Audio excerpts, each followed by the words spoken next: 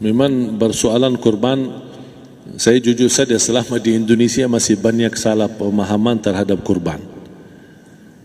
Dan saya pernah berkata, memang Islam kita di Indonesia Islam keturunan.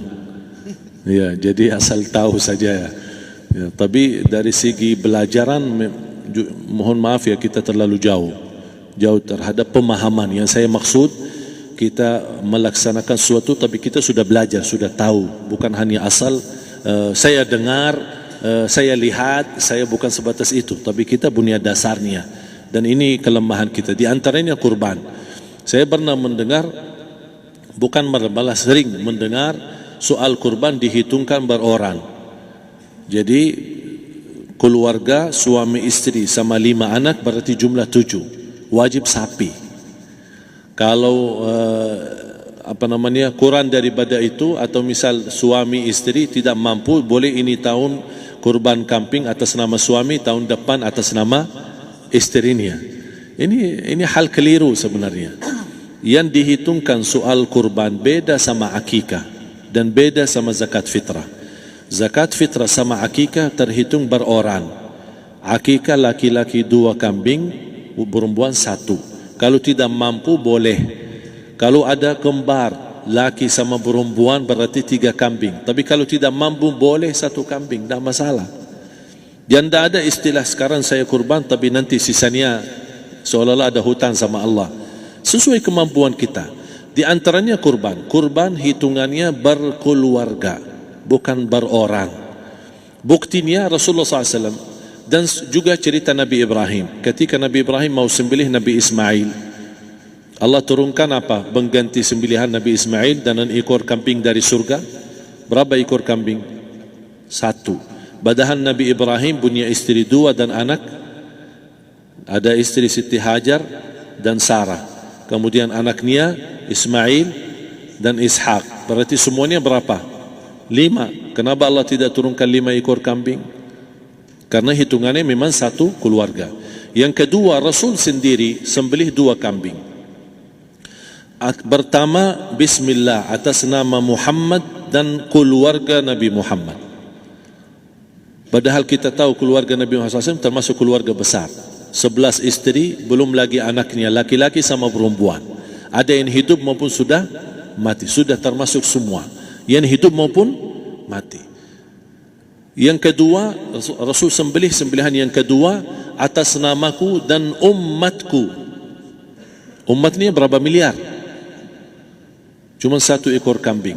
Kenapa Rasulullah SAW berkurban atas nama dirinya dan umatnya? Saya mengambil salah satu di sini tanda sayangnya Rasul kepada umatnya. Jadi saya selalu berkata, orang miskin yang tidak mampu berkurban seharusnya bangga di hari kurban, karena Rasul sudah kurbankan duluan atas nama dia. Jadi terima kasih ya Rasulullah, ingatkan kita. Yang kita tidak mampu, Rasul sudah. Bahkan kalau Rasul sudah kurban atas nama umatnya yang tidak mampu, berarti sudah terkabul. Kita aja belum tahu kabul atau tidak kalau kita berkurban. Tapi kalau Rasul sudah terjamin makbul. Oleh sebab itu hitungan kurban itu adalah 1 keluarga.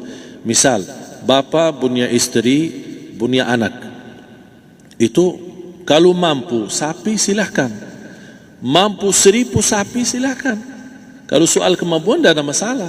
Tapi kalau soal kewajiban, tidak ada wajib lebih daripada 1 ekor kambing.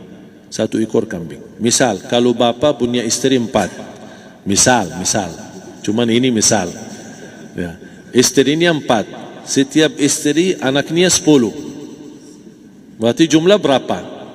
Anak 40, istri 4, berarti 44, sama bapa 45. Wajib 1 ekor kambing saja, cukup untuk semua ini. Tapi kalau soal mampu, ya silahkan. Mau 1000 kambing boleh, mau 1000 sapi boleh. Tidak ada yang melarang kalau soal kemampuan. Dan kalau kita mau sembelih, Bismillah atas namaku dan keluarga. Tidak perlu bawa data-data nama keluarga. Jadi disebutkan tukang sembelihnya ada capek menunggu sambil sebutkan nama-nama. Tidak perlu. Udah Bismillah atas namaku dan keluarga. Termasuk kata atas namaku dan keluarga, termasuk orang tua yang sudah meninggal. Termasuk orang tua yang sudah, karena kita adalah hasil daripada orang tua. Itu sudah termasuk, tidak perlu kita sebutkan. Ada sebagian ulama membolehkan kalau kita mampu mau khusus kambing atas nama orang tua, tidak masalah kalau kita mampu. Tapi kalau kita tidak mampu, itu sudah termasuk orang tua kita bersama keluarga besar kita. Ini salah satu kenikmatan, dan ini termasuk juga sedekah yang berguna bagi orang yang sudah meninggal di keluarga kita. Wallahu ta'ala alam. Dan juga masalah panitia, bisa kita mewakili. Kalau kita tidak mengerti sembelihannya,